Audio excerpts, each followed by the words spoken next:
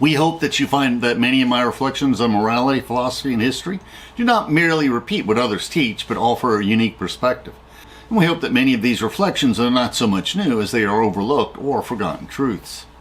This reflection is addressed to our YouTube and blog subscribers to encourage them to widen their interests, editors of local, regional, and national media publications, and some of these reflections can be interesting essays, and fellow Rotarians and other organizations searching for speakers on unusual topics.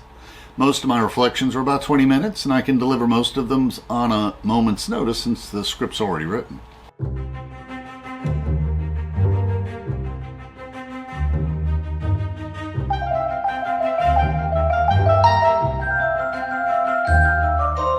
Please feel free to follow along in the PowerPoint script we uploaded to SlideShare, which includes illustrations. Our sister blog includes footnotes, and both include our Amazon book links. Now, my passion is dementia awareness. As a treasurer, my over 55 condominium association came close to foreclosing on an owner who had advanced dementia, with no money and no family. The court assigned him a guardian, who placed him in a lockdown facility and paid off his debts. What could have happened if he had been evicted after foreclosure proceedings? Being forced to wander, he likely would have passed away, possibly drowning in a ditch or a canal. This companion reflection, we list many of our videos on psychology, mental illness, neurological conditions, and speeches delivered at our Rotary Club of Sunrise, Florida, and these and other community service topics. Roughly speaking, the order of the reflection summaries in this listing is determined by my guess as to what will pique the editor's interests and which reflections have the most views. And my channel philosophy video also introduces the themes behind many reflections. When you study history and philosophy, do you want to put yourself in the shoes of the original people who experienced it, or do you want to learn the narrative that is currently in vogue? Most students and most professors see history and philosophy through the perspective of their teachers and professors. But to dig further into history and philosophy, ask yourself, how did the original audience or readers interpret the works? How did the current events of these past times affect their interpretation? And for recent history, was the historian blind to the after effects of events in living memory? Now, many professors are often hyper-specialized. Does this blind them to connections in other fields of study? And above all, read the original work. Let the historians and philosophers speak directly to you. And the ancient world was very different than the modern world. In the ancient world, infant mortality was high, many women died in childbirth, lives were much shorter, and people died at home. That means that death was far more immediate in the ancient world, influencing the worldview.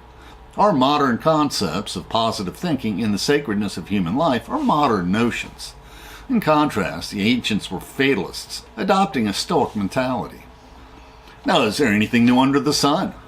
What I hope to find is someone from the past who confirms my insights.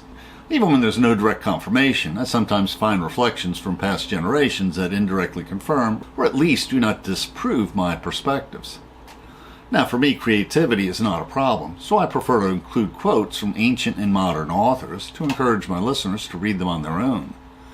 Why restate aphorisms in my own words when they're so inspiring when originally uttered?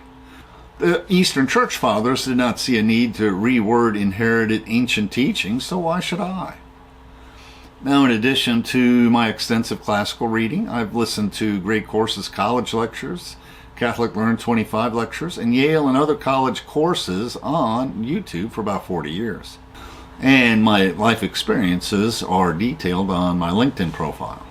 Now, I'll first go over some of my reflections on modern history and current events. One of my more popular series of reflections was how Christians and Jews fared under the various Nazi and fascist regimes in World War II and before. Modern Americans are ignorant of how much support anti-Semitism and these fascist ideologies had before the outbreaks of the war. Each country has a unique story, including Germany, Italy, Vichy France, Franco Spain, and even America. Many historians updated their histories of the Catholic Church during World War II after Pope Francis opened the Vatican archives for Pope Pius XII, who was Pope during the closing years of the war. Scholars have discovered that the Nazi lawyers drafting the Jewish race laws used the U.S. Jim Crow segregation statutes as legal precedents. Nazis were inspired in the eugenics policies on sterilization and selective breeding by American eugenicists, although their final solution was offensive to most Americans. There are other links between the two. Viktor Frankl was a psychologist who survived the Auschwitz work camps. He observed that those prisoners with a rich inner spiritual life were more likely to survive. Many who survived kept alive their hope by focusing on what brought meaning to their lives, whether that be their loved ones or their neighbors or their careers. No matter how dire your circumstances, you can always be kind to those around you. And Martin Luther King compared the lynchings that murdered tens of thousands of Negroes to the Jewish Holocaust under the Nazi regime under Hitler. The Second Vatican Council is unimaginable without the Catholic experience in World War II. The probable reason why the leading Vatican II scholar, William O'Malley, does not emphasize this is because it was in the air he breathed. Asking him to explain this would be like asking a fish to explain the water in which he swims. Future generations will be taught that the experiences of World War II influenced Christianity as much as did the Protestant Reformation, if not more. When the future Pope John XXIII read Yves Congar's True and False Reform of the Church, he wondered if indeed this was possible. After he was elected Pope, he called the Second Vatican Council into session, in which Yves Congar played a leading role. Now, William O'Malley argues that although the implementation of the decrees of the Council of Trent was reactionary, that scholars discover that the Council Fathers intended that it be a reforming council, foreshadowing the Second Vatican Council, after the Vatican released the transcripts of the council proceedings early in the 20th century. We have several reflections on the teachings of Pope Francis, who counseled balance on the abortion issue and promoted the classic Catholic teaching on social justice. Many trad Catholics object to these teachings, and some deny that the Second Vatican Council was a legitimate council. It won't take them long to also reject the teachings of his protege, Pope Leo XIV, who's inspired by the teachings of Pope Leo XIII, who issued the encyclical Rerum Novarum on the conflicts between labor and management, furthering the Catholic social justice doctrine. We reflected on the history and writings of Pope Leo the Great, who persuaded Attila the Hun to refrain from sacking Rome, based solely on his moral persuasion, plus likely a generous tribute. The historian Peter Brown argued that Rome did not suddenly fall, but the transition from the Roman Empire to the barbarian kingdoms in the European nation-states was a gradual process. And we can go further and ask, how can we even say that there was anything in Rome to fall? Was the Roman Empire just a veneer where emperors sought tribute? Does a parable of the Good Samaritan in the ancient Roman novel, The Golden Ass by Apuleius, reveal that in ancient Israel and even in Roman Italy, Roman authority did not even attempt to guarantee personal security for ancient Romans, particularly in the rural areas? Of course, the Roman Empire did guarantee overall security when it defended its populace from invasion by other empires of the day. Regarding abortion, the debate between the pro-life and pro-choice factions is poorly formed. Pro-life advocates presume that their enemies are pro-death, and pro-choice advocates are seen by their opponents as advocating a world where morals do not matter, that everyone can choose to harm those around them. Now, a better narrative is to frame the abortion debate as pro-compassion and pro-doctor. The pro-compassion position tries to understand why somebody would want to abort their child and what they can do to help them improve their life situation. The pro-doctor position enables the doctor to take actions that will preserve the health and lives of both the mother and the unborn child. Doctors should be free to make these determinations without governmental or judicial interference and threats. If doctors are compelled to wait until the mother's life is in danger, often that is too late, as the mother may be too near death to prevent her death. Now, we agree with the Catholic Catechism sections on abortion, and they're closer to the democratic position than most people realize. Several major magazines have recently run essays on the faith journey of several Christians who do not believe in Trump and his MAGA movement. So this is my spiritual journey over many decades. We answer the question: Protestant, Catholicism, Orthodoxy, and Judaism, which is true? The answer is simple. I believe in C.S. Lewis's Mere Christianity. I've had deep personal experiences attending Lutheran, Episcopalian, Orthodox, and Catholic churches, and I've also read many of the medieval rabbinic commentaries. Now, if Trump had not been re-elected in 2024, I would likely be Orthodox or Catholic. Although there are fewer blatantly MAGA Orthodox or Catholic priests than MAGA evangelical pastors, another issue is the coffee hour after church. Hebrews states that we should not neglect attending church so we can encourage one another. And acrimonious, endless MAGA debates hinders this encouragement. And I was looking for a church where 30% or more of the worshipers in the pews were black, because few Fox News MAGA believers will attend a church like that. Not arguing over Trump is heaven. Under Trump, the Republican Party and most white evangelicals prefer cruelty over compassion. On a lighter note, do Christians need to attend church? What type of church should they attend? Is Luke the woke gospel when he exhorts us, "Blessed are the poor and woe to the rich"? Most Episcopalian churches in America welcome homosexuals, both individuals and couples, in their churches. We reviewed the book containing the Zondervan debates between theologians on homosexuality. In the end, our Zondervan debaters come to roughly the same conclusions that are drawn in our previous reflection on the current Catholic debates on homosexuality, where we compared the differing views of Pope Benedict XVI and Father Martin, editor of the Jesuit magazine America, who was encouraged to continue his LGBTQ+ ministry by Pope Francis. Their views differ because their pastoral experiences differ. Pope Benedict first became aware of the seriousness and extent of the clerical sexual abuse scandal when he was a cardinal in the Vatican. His perspective is that of a Vatican policeman adjudicating horrifying cases where the pedophile priests were abusing their young parishioners. Now, on the other hand, Father Martin encounters the LGBTQ+ issues from the perspective of a confessor and confidant of ordinary laity and priests. While Pope Benedict XVI argued that homosexuals should not be permitted in the priesthood, Father Martin is more sympathetic. He states that many homosexual priests treasure chastity. Since they do not like being pressured to start a family, this adds to their joy in serving the church. We have some planned future reflections. Were the Talmudic references summarized in Rambam's Mishneh Torah the source for St. Paul's condemnation of lesbianism? There are no explicit Old Testament references that address lesbianism. They only address male homosexuality.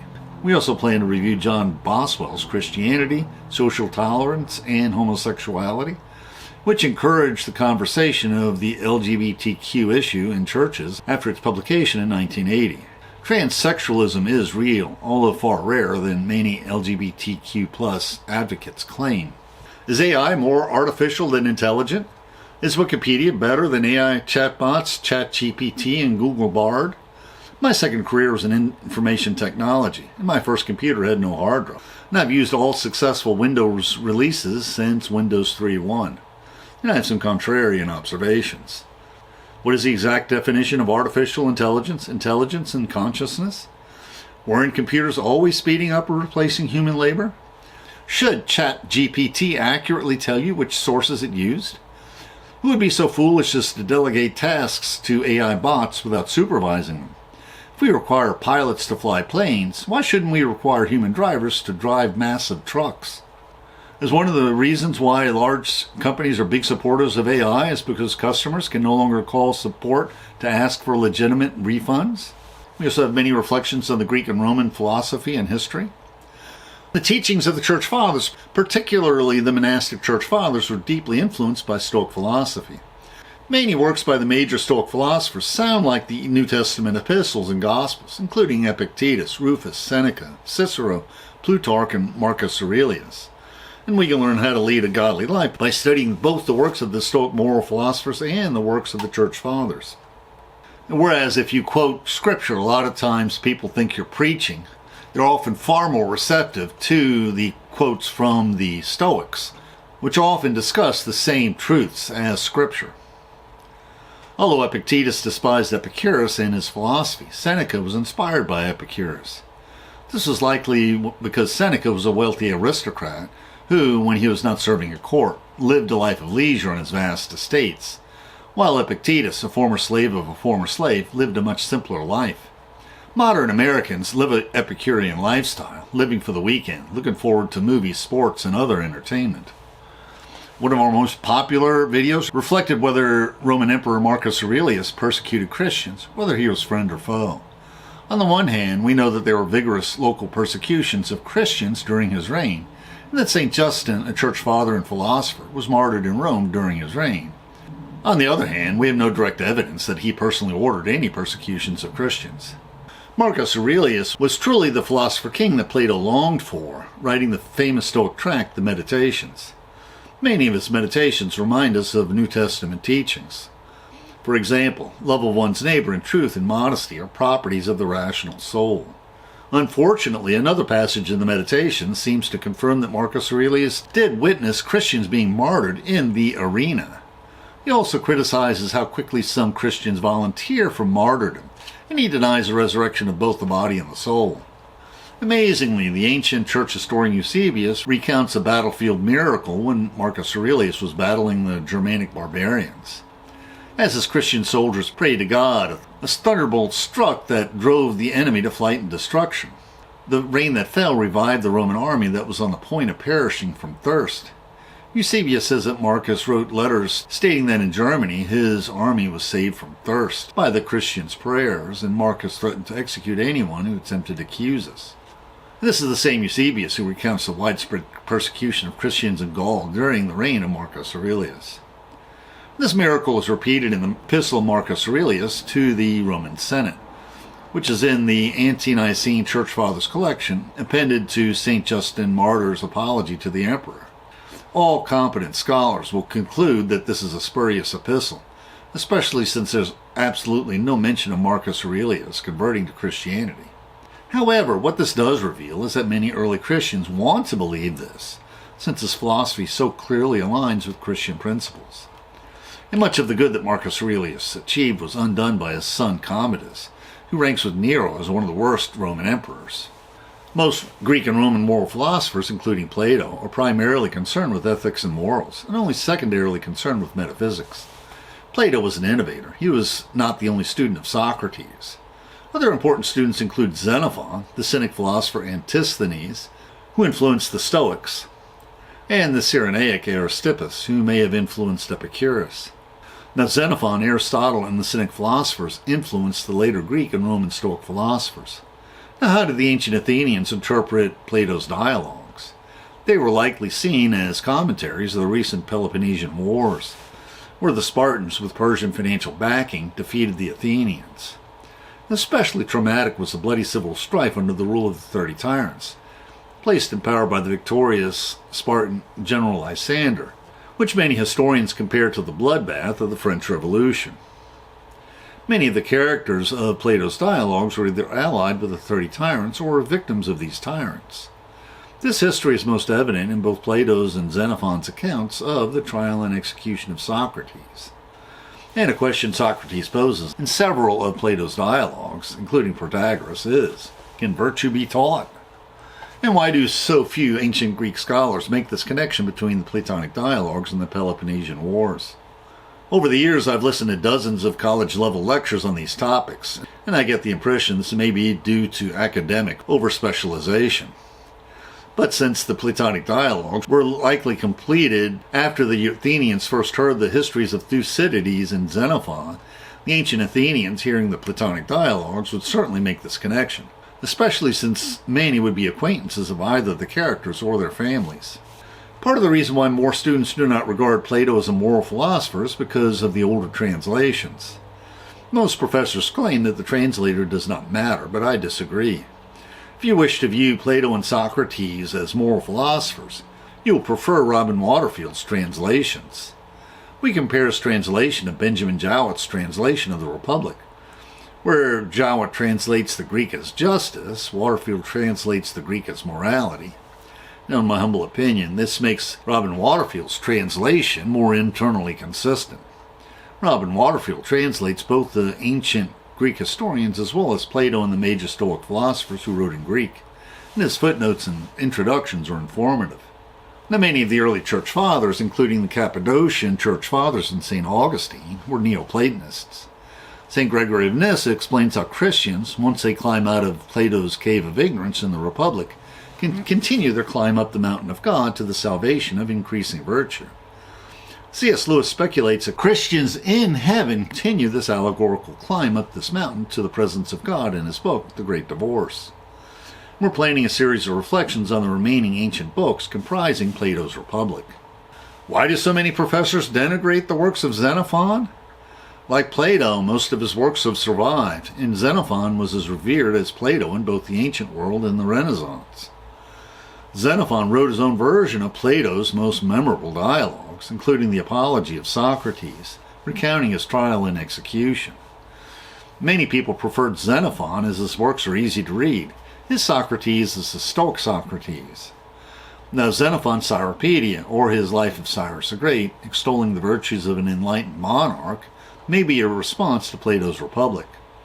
This work was more highly regarded in the ancient world and the Renaissance than it is today. Many scholars deprecate this biography since Herodotus' history are more likely true. Herodotus describes how Cyrus realistically died in battle, while Xenophon reports a differing tradition that he died in his sleep late in life. Xenophon's history was also likely an allegory representing the life of Cyrus the Younger, under whom he served in Persia. What is an ancient hagiography without the pithy moral sayings of King Cyrus the Great? This was the same King Cyrus who released the Jews and other nations from Babylon, rebuilding their temple. Xenophon does not mention this tidbit. Perhaps these were sayings of Cyrus the Younger, or perhaps he followed the lead of Thucydides, repeating those moral sayings that Cyrus must have said. We reflected on the plight of horses, both in combat and in the culture at large, from antiquity to modernity. Our sources included Xenophon's essay on cavalry and a Civil War letter on how horses suffered in the Civil War, plus an account of how horses were a problem in urban cities, such as New York City, before the invention of the automobile. Xenophon influenced Alexander the Great in his work, the Anabasis, or the Persian expedition. In fact, the ancient historian Appian also named his account of how Alexander conquered Persia as the Anabasis. These were extremely popular ancient adventure stories. The Persian satrap Cyrus the Younger funded the Spartan fleet in the last phase of the Peloponnesian Wars, leading to the defeat of Athens. Xenophon was too young to serve in these wars, but he did join the Greek mercenary army that Cyrus employed to overthrow his brother, King Artaxerxes. Mostly Spartans served, but Greeks from other city-states joined, such as the Athenian Xenophon. The Greeks won the battle, but lost the war when Cyrus the Younger was slain in battle when he charged his brother's bodyguards. A generation later, Alexander the Great successfully charged the bodyguards of King Darius, winning that battle and that war. He succeeded in part because he was an experienced soldier, while this was Cyrus the Younger's first battle. The Greek mercenaries were now stuck in the middle of the Persian Empire. The Persians hesitated to attack them. Instead, the duplicitous Persians murdered the Greek general and his leading officers at a peace banquet. Then Greeks simply elected Xenophon as a replacement general, and he bravely marched them 1,000 miles north through hostile Persian territory until they reached relative safety among the Greek colonists on the southern shore of the Black Sea. Robin Waterfield's book on the history of the Anabasis includes many details of the life of Xenophon. Out of gratitude, the Spartans awarded his family an estate in the Peloponnese Peninsula. Later, his son would join the Athenian cavalry. Even after the trauma of the Peloponnesian Wars, many Athenians felt an affinity for Sparta. Perhaps the intent of Plato's speculations in his Republic was to ponder the strengths and weaknesses of both the Athenian and Spartan cultures and governments. Now, Xenophon's history of our times began with the closing phases of the Peloponnesian Wars, after the account by Thucydides ended abruptly. Plato and Xenophon wrote separate versions of the Symposium, the famous dinner party where Socrates delivers a speech on love. Socrates' speech, as well as the dinner guests, differ in the two symposiums, and the guests in both symposiums are split between supporters of the 30 tyrants and their victims. While Xenophon tolerates pederasty and homosexuality, he does not celebrate it. But Plato's dialogue has passages that condone and passages that condemn these practices. In each symposium or dinner or drinking party, first the guests deliver a series of speeches. And in Plato's symposium, these guest speeches celebrate carnal romantic love. And I might add, each version of the symposium has a different guest list. Then Socrates in each symposium delivers the capstone speech on divine love. In Plato's symposium, the drunken Alcibiades crashes the dinner party after Socrates finishes his uplifting discourse on how Diotima taught him the virtues of divine love. Although Alcibiades remembers how he tried to seduce his friend Socrates, he respected his teacher's preference for a friendship based on divine love. The next dialogue is between the young Phaedrus and Socrates, and they discuss whether Phaedrus should allow Lysias to seduce him into a homosexual relationship. There's mild flirting between Socrates and his young student, again pursuing more a divine than an erotic love. And the first part of the dialogue discusses how many people misuse rhetoric, delivering speeches that manipulate and mislead rather than inform. Socrates critiques the seductive written speech of Lysias, exposing its faults. He unsuccessfully tries to improve the speech, but finds that it is impossible to purify a deceitful speech. Socrates scraps the speech, replacing it with a memorable speech on divine love with the delightful allegory of the heavenly chariot. This chariot, driven by mortals, has both an immortal steed that seeks to ascend to the heavens, representing divine love, and a mortal steed that seeks to descend to the earth, representing carnal pleasures. The Phaedrus, the charioteer, mediates in the struggle between divine love and carnal love, represented by these two steeds. Now, the friendship between Alcibiades and Socrates is explored further in Alcibiades I. Alcibiades dominated the second phase of the Peloponnesian Wars. He restarted the wars as an Athenian oligarch, and then advised the Spartans when the Athenians unjustly brought charges against him in court. After that, he advised the Persian satrap. Then, through his powers of persuasion, he was elected commander of the Athenian fleet on the island of Samos, nearly winning the war for Athens. But once again, he was falsely accused by his many enemies and tried.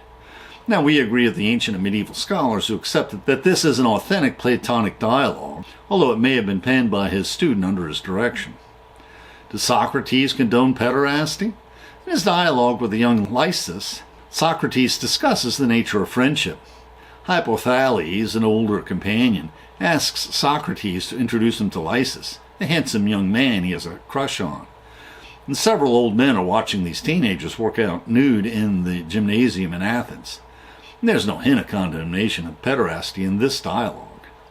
Now, in our summary of these Platonic dialogues in love, we include the commentary by Copleston and Anders Nygren, whose Eros and Agape ponder divine and carnal love from the New Testament and Plato through the Reformation. The Greeks defeated the mighty Persian army not once but twice in the decades preceding the Peloponnesian Wars. Offended by the Athenians, King Darius thought he could easily conquer the divided Greeks with a simple show of force. But the Persian army was soundly thrashed by the Athenian hoplite soldiers at the Battle of Marathon. A generation later, his son King Xerxes marched a much larger Persian army to Greece, shadowed by the Persian fleet. Finally, the Persian fleet was destroyed, and the next year the army the king left behind was soundly thrashed. The playwright Aeschylus wrote an eyewitness account of the naval battle.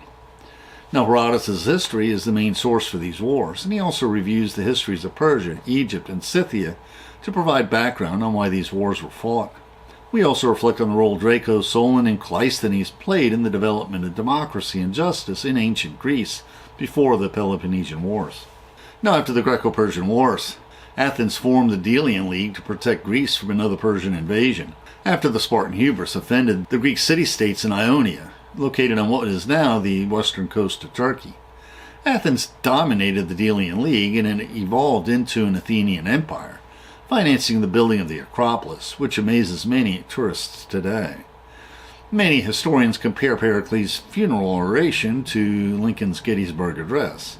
We also compare it to Winston Churchill's Battle of Britain speech. And Pericles was the Winston Churchill of ancient Athens.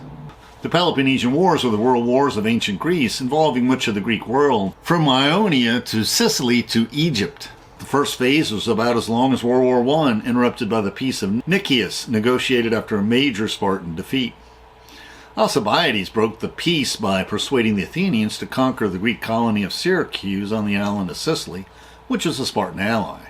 If he had been allowed to continue as general, Alcibiades likely would have succeeded. But when the Athenian assembly unjustly indicted him on trumped-up charges, he fled to Sparta.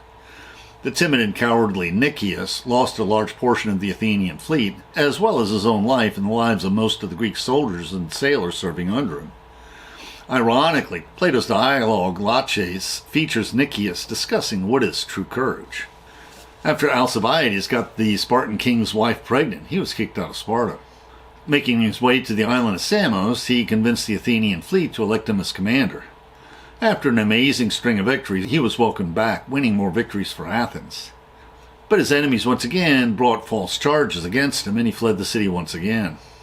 The Athenian generals foolishly left the fleet unguarded when the sailors were on leave, and were easily defeated by the Spartans, who destroyed the Athenian fleet. The city of Athens was now defenseless, fearing the Spartans would enslave the women and children, plunder the city, and massacre the military-aged men. But the Spartan general Lysander, remembering the brave Athenians who, alone, defeated the Persian army and navy a generation before, spared the city and her citizens, installing the aristocratic 30 tyrants as rulers. These tyrants greedily instituted a reign of terror, killing many fellow aristocrats, seizing their land and property. These were the traumatic events that deeply influenced Athenian culture and the Platonic dialogues. Although all ancient, medieval, and modern scholars regard Zeno as the father of Stoicism, you can trace the origin of many Stoic ideas back to Homer's Iliad and Odyssey. These stories are set in mythical times when the gods interfered on both sides of the struggle between the Greeks and the Trojans, and provide insight into Greek values and culture. The Greeks were ancient Vikings, raiding the cities surrounding Troy. The Iliad begins with a quarrel between Agamemnon and Ulysses over their concubines captured in these raids. The ancient Greek and Jewish cultures were warrior societies with martial value, and resembled the warrior cultures of the American Indians. When Odysseus returns home after a journey of many years, he confronts the armed suitors with the help of his loyal slave and the goddess Athena in disguise. Ancient societies were warrior societies. In the modern world, we look forward to the security of Social Security and retirement. In the ancient world, they worried about whether an enemy would defeat and plunder their city-state, slaughter their military-aged men, and enslave their women and children, as Homer depicted in the Iliad and the Odyssey. Many puzzling Old Testament verses and stories make more sense when you interpret them in light of the warrior culture of the Old Testament kings and patriarchs, which was similar to the warrior culture of ancient Greece. And we've all heard the old joke, what's the difference between employees and slaves? The answer is, employees can change their masters. It is just not fair to condemn the Bible because it does not condemn slavery, as slaves are truly the employees of the ancient world, and some slaves held management positions. Were ancient slaves treated better than slaves in the Deep South before the Civil War? Slaves were not distinguished by race in the ancient world, and mostly they were treated better. But slaves in both ancient times and modern times who worked in the fields and on plantations and in the mines often lived brutal, short lives. Women have always been abused, both as employees and as slaves, although abusing slaves usually could not be punished. But the Stoics and the Christians slowly improved the lot of slaves over the centuries. And we have many videos in the early church fathers and C.S. Lewis's Mere Christianity. What is the core teaching of the Judeo-Christian tradition? The twofold love of God and neighbor, that we should love God with all of our heart, with all of our soul, and with all of our strength, and with all of our all, and that we should love our neighbor as ourselves. Now, how should we interpret the Holy Scriptures? If any section of Scripture appears to violate this twofold love of God and neighbor, then we are to read it allegorically. For example, the psalm that delights in bashing the Babylonian babies' heads against the rocks has been interpreted by the Church Fathers to mean that we should avoid all sins, even the little sins. And the theme of the book of Deuteronomy is the love of God and love of neighbor. And the love of God is restated in several dozen formulations in this book.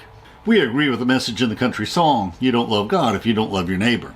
The earliest of the Apostolic Church writings after the New Testament was the Didache, the teachings of the 12 apostles, when they were roving apostles like St. Paul. The Didache opens with the admonition that we should love God and love our neighbors as ourselves. Many early Christian communities included the Shepherd of Hermas in their liturgy. It is one of the most curious apostolic works. It was not included in the canon because it was a later writing with simplistic theology. The New Testament includes 2 or more epistles to the troublesome Corinthians, and St. Clement of Rome continues this tradition. And like St. Paul, St. Ignatius writes several epistles while he's traveling to Rome for his martyrdom. And we have reflections on several more epistles from the second generation of Christian leaders. We also have a series of reflections on the Eastern monastic church fathers and the Philokalia, and St. John Climacus's classic, The Ladder of Divine Ascent. 2 interesting reflections are St. Mark the Ascetic's essay, No Righteousness by Works, and St. John Cassian's essays on monasticism. Cassian moved to modern-day France, inspiring the monasticism of St. Benedict. Why is St. Augustine my favorite Catholic saint? St. Augustine explicitly restates the need to love God and to love our neighbor as ourselves in nearly all of his major works. St. Augustine restates this twofold love repeatedly in his Confessions, which are both his confessions of sins and confessions of faith. The Confessions are a spiritual biography remembered in his prayer to God, which we, the reader, overhear. St. Augustine, as a bishop, remembers one incident in detail, how he and his friends stole pears from his neighbor's orchard. Many modern readers read this and ask, why does he dwell so deeply on such childish mischief? What children don't get into minor trouble occasionally? This hardly seems like delinquent behavior. St. Augustine teaches us spiritual lessons through the events in his life. His is a spiritual biography remembered as parables. This mischievous childhood story symbolizes our original sin, where Adam and Eve plucked the forbidden fruit from the tree of knowledge of good and evil. And St. Augustine remembers how he and his friends stole the many pears, not so much that they could eat the pears, not to feed the hogs, but for the joy of committing the sin. As a youth, St. Augustine had many of the same doubts today's youths experience. His father was a pagan, and he thought that the Christianity of his mother was superstitious and primitive. Although he spent many years as a heretical Gnostic Manichaean, he experienced an initial conversion to Neoplatonic philosophy after reading Cicero's Hortensius. During his youth, he took a concubine.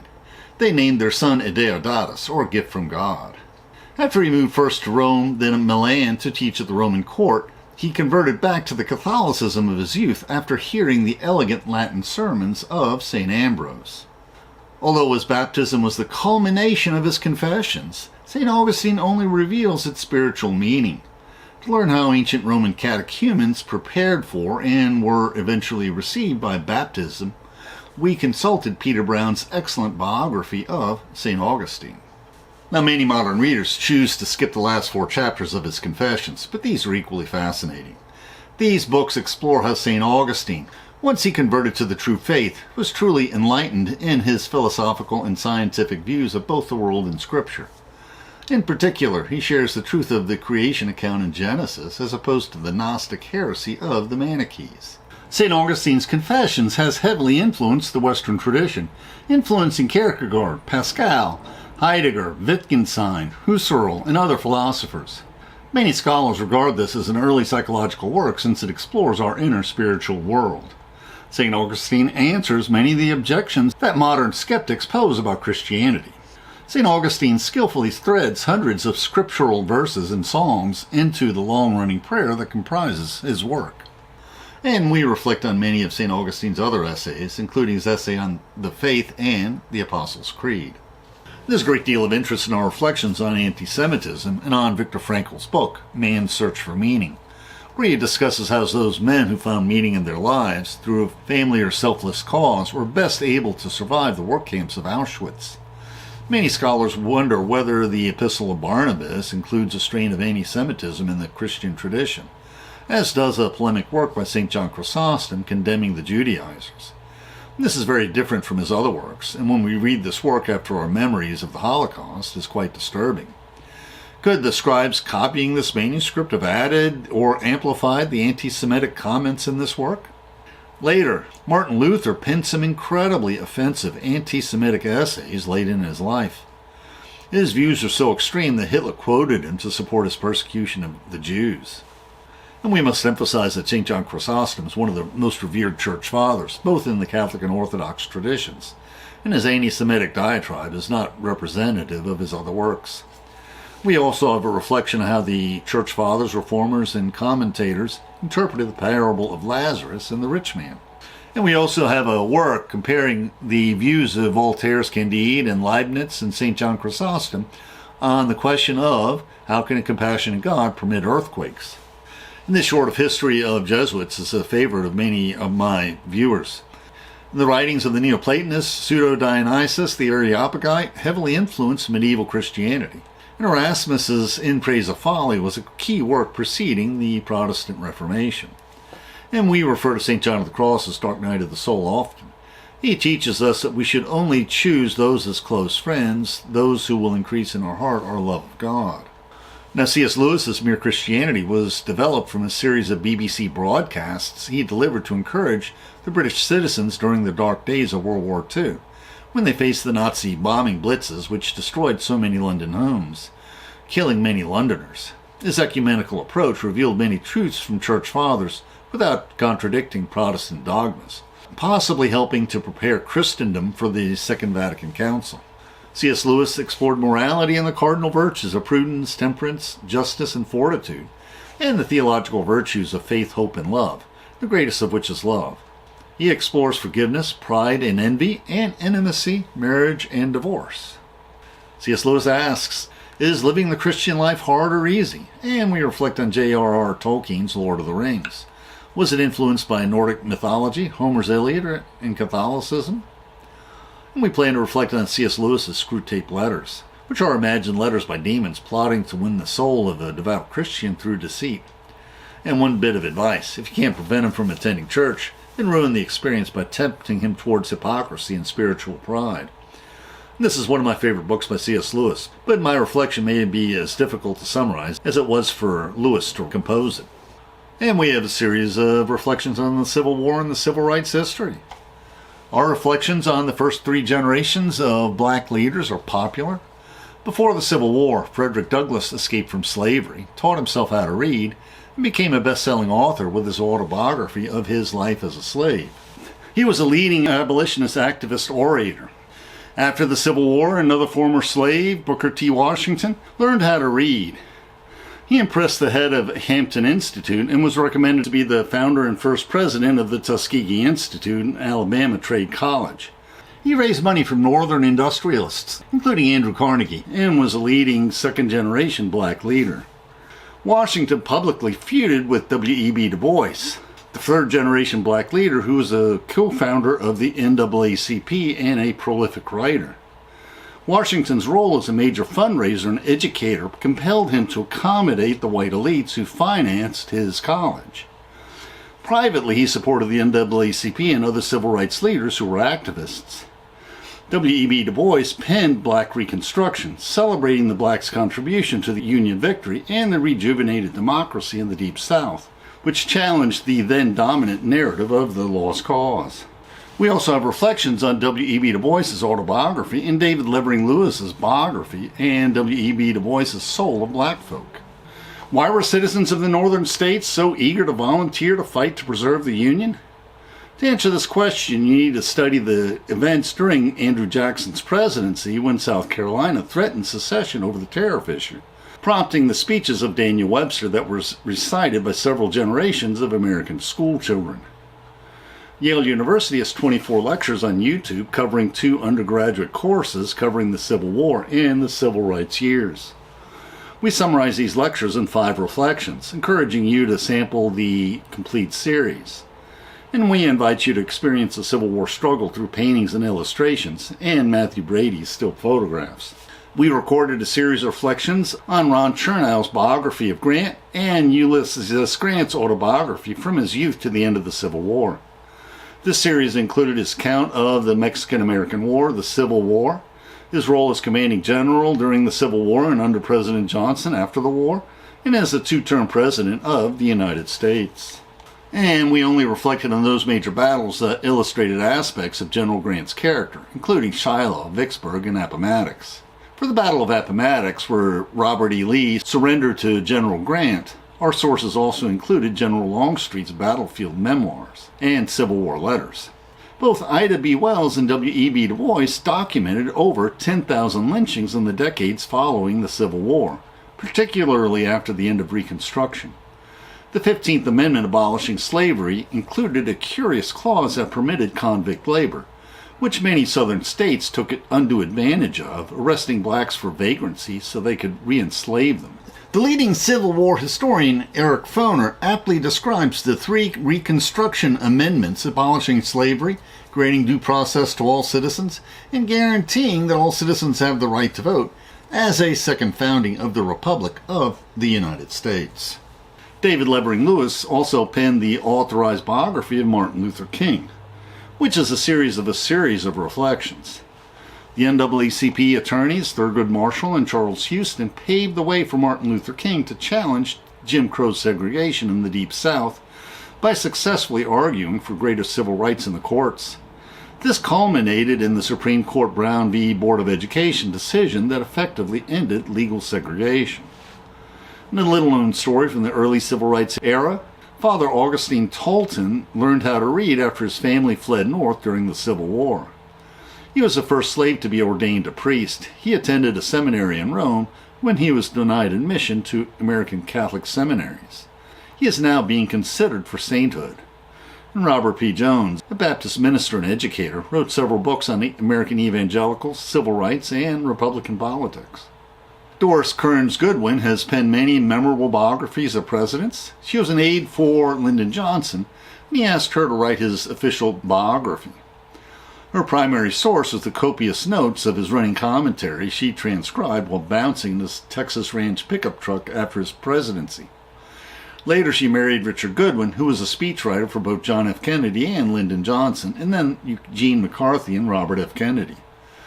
Decades later, she penned an unfinished love story, a personal history of the 60s, using her husband's boxes of memorabilia and documents from his White House days. We also wrote reflections of her biographies of Theodore Roosevelt and Franklin Roosevelt, and plan more in the upcoming years. On our hard drive, we have a series of reflections on the lives of Franklin and Eleanor Roosevelt, using their many biographies as sources, which explore their early childhoods and school years and how this influenced their politics, FDR's early political career ending with his election as governor of New York, how FDR founded the March of Dimes, one of the first national fundraising charities which sought to prevent and treat polio, the New Deal years of FDR and Eleanor, and the World War II years of FDR and Eleanor, and how Eleanor Roosevelt was an advocate for civil rights as a newspaper columnist and activist while her husband was president and as a post-war delegate to the United Nations. FDR's four freedoms, his goals for post-war Europe, echoed the ideals of the New Deal. Political freedoms such as freedom of speech and freedom of worship are meaningless if all full-time working men, no matter how humble their occupation, do not enjoy freedom from want and freedom from fear. We plan to market these to magazines and the high school and college book publishers before publishing them in our blogs and YouTube channel. These are a sampling of our dozen reflections on Jimmy Carter, which have a disappointing number of views. His inspirational daily Bible devotions include many interesting personal observations of foreign leaders and events. His autobiography he wrote when he was 90 has interesting reflections on his fascinating life, where the Plains farm boy who plowed the fields with mules became the naval commander of a nuclear submarine. His most fascinating memoir, An Hour Before Daylight, tells us what it was like to live in rural Georgia during the Depression. We learn about his memories of sharecropping, hobos, the New Deal, and the civil rights struggles as experienced in rural Georgia. And we have some other particularly interesting reflections, which are among my favorites. The original Pinocchio is a far different Pinocchio in the Disney movie. He is far more mischievous and suffers a great deal before he is transformed into a young boy. This is a book about constant repentance, and Pinocchio has many more adventures than in the movie, suffering for several years as a donkey. Was Pinocchio inspired by the man who turns himself into a golden ass in the ancient Roman novel by Apuleius? This is a very different story indeed, as our golden ass retains the reason of a man but can only bray like a donkey. This is a raucous randy tale as our donkey eavesdrops on many clandestine affairs. In the end, he is turned back into a man by a priest of the cult of Isis, but he is not repentant like Pinocchio, and he was not born as a puppet. And we compare the Gnostic acts of Thomas to Eeyore's birthday party, particularly to emphasize that neither book is scripture. Although Thomas ruins the doctrine of the divine incarnation of Jesus by posing as his twin, the book has a remarkable take on how he built a castle for an Indian king in heaven. The king was upset because while he had hired Thomas to build a castle on earth, he discovered that instead Thomas gave this money to the poor. But the king's dead brother saved his life by revealing to the king in a dream his wonderful castle built by Thomas in the hereafter. Now, who says ordinary people can't have a major impact in history? In World War II, the double agent Garbo was an ordinary Spanish farmer who played a major role in defeating Nazi Germany. He fooled the Nazis by creating a web of fake agents in England, deceiving them of the Allied intentions on D-Day, causing Hitler to keep his tanks and troops waiting in Calais while the Allies landed in Normandy. We're disappointed in the low number of views for our series of reflections on the Ten Commandments, consulting the works of the Church Fathers, the Catholic and Lutheran catechisms, the Reformed theologians, Dr. Law and a rabbi, and the medieval rabbinic commentators. We have already listed reflections on envy by Martin Luther, St. Basil, Shepherd of Hermas, and the apocryphal Acts of Thomas, and the Ladder of Divine Ascent and the Philokalia also have additional essays on envy. We're also planning a series of reflections later in 2026 on marriage and divorce. Plus, the Catholic teachings on the theology of the body by Pope John Paul II are interesting. And we plan to consult a variety of spiritual teachings, such as we are doing for our Decalogue series. Many Protestant and Catholic churches implement the 13 DVD counselor sessions for those who are separated or divorced. There is a similar set of Catholic surviving divorce DVDs that includes the Catholic teaching on annulments. The YouTube description includes a link to our PowerPoint script that we uploaded to SlideShare and also our blog.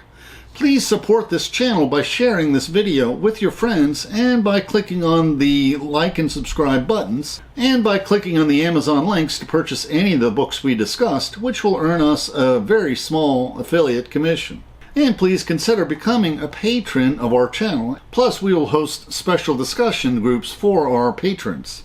Plus, you can click on the Meetup or small M icon to participate in our online discussions, where we practice our future YouTube scripts. And please click on the links for other videos that will broaden your knowledge and improve your soul.